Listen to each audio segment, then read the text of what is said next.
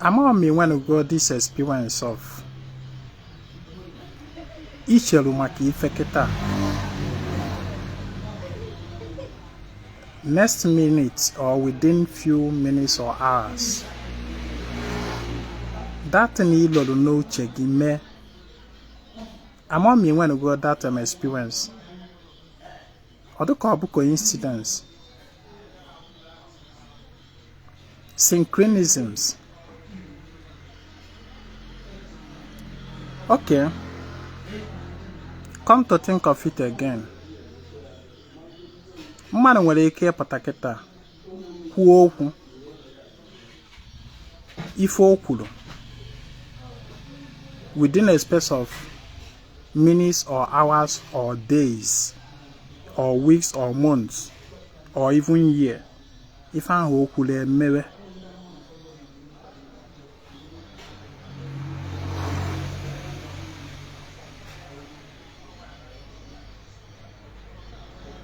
O nwere ihe nchọ ka ịghọta.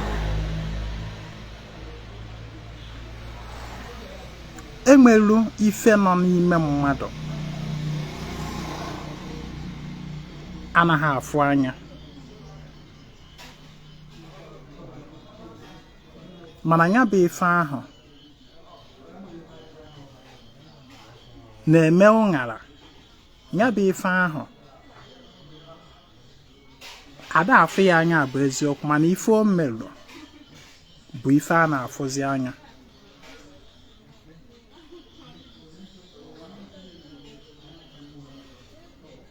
Imepe ọnụ gwa mmadụ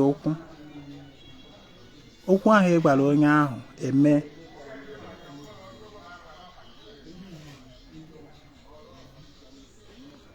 Iweta ife nke a, weta ife nke a, weta ife nke a, weta ife nke a, kwukwasa ya okwu. Okwu ahụ i kwuru na that thing ebido mmebe. What made it possible?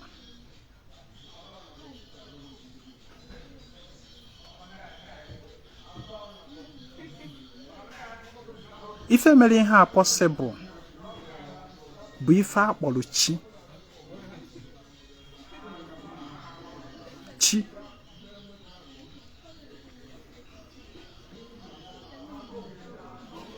Chi adọ n'ife niile,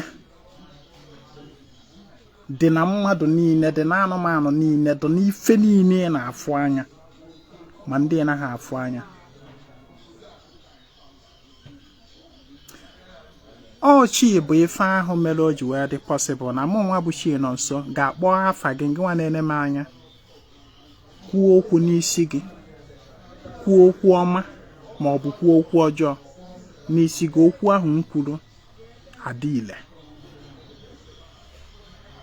Ọwụ interaction between ife ahụ nọ m n'ime akpọrọ chi and nke ahụ nọ gị nwa n'ime akpọrọ chi bụ ife mere o ji wee lụpụta ife. Ife ahụ m kwuru ji wee dị ile. Agreement between my chi and your chi.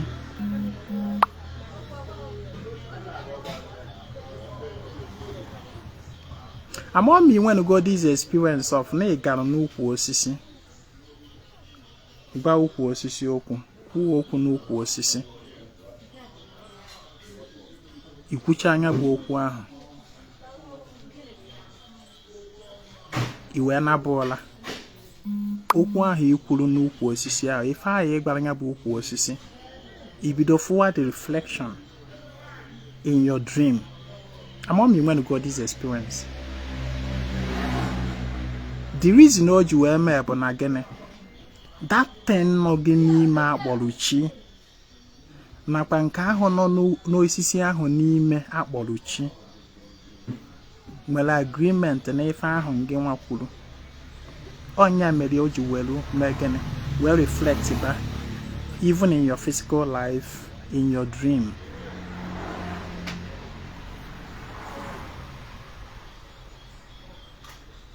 Chi bụ ike, chi bụ obi, chi bụ echiche.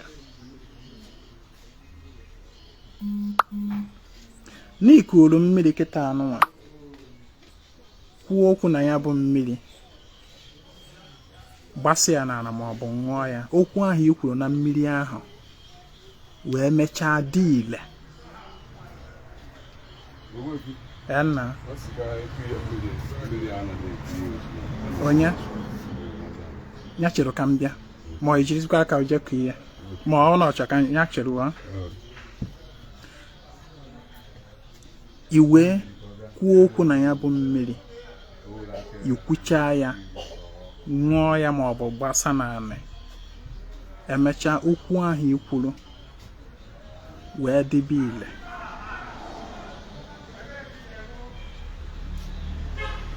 What is at play here is the agreement of the chi of you and the chi of that water. That consciousness, that living consciousness in n'ime nọkwazi mmiri ahụ n'ime mere agreement. Ihe ahụ i kwuru wee mee gịnị wee pụta ife. Na ịnụgo ka m na-agba gị na dat na ị nwere chi, dat mmiri mekwaziri chi.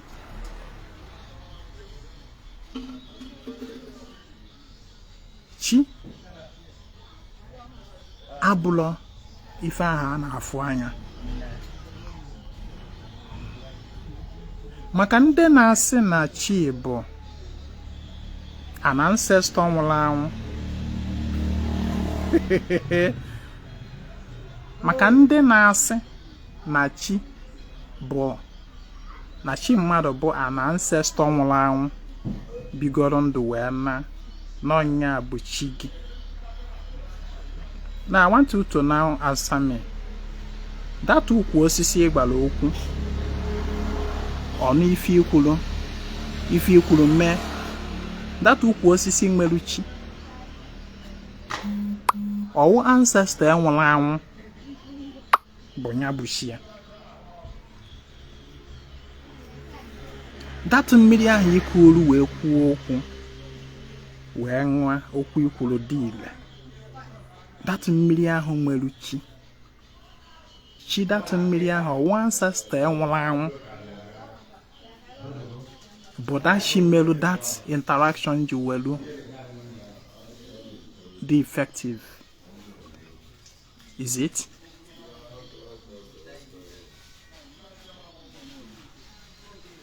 Now, did you know that na anyanwụ nọ n'elu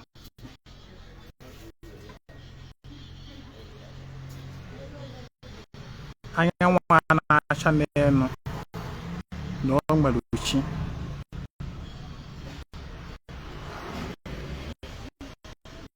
This video is now hanging.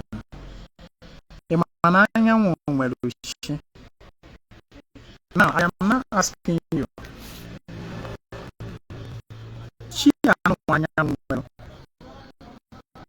Is it the dead ancestor of the Anyanwụ that is that you? Yeah, but you can know. Samia. But see, bido wata wa ife buchi. Mbosi ahụ everything about your life will begin to change, will begin to make sense and meaning. Mbosi bido watawashi, mbosi bido shift where your mind from an achievable, an ancestor nwụrụ anwụ na ka agbara afa ka amalụ ya ka amalụ onye ọ bụ na onye abụ chi gị ị ga-amalụ ife adịrị gị na mma.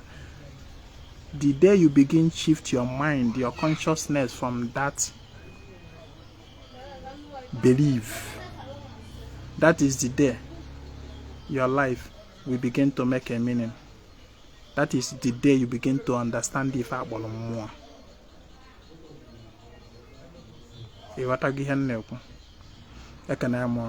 I'll stop here. So chat me on WhatsApp 08032477868. My name is Ezinwa Anaedo.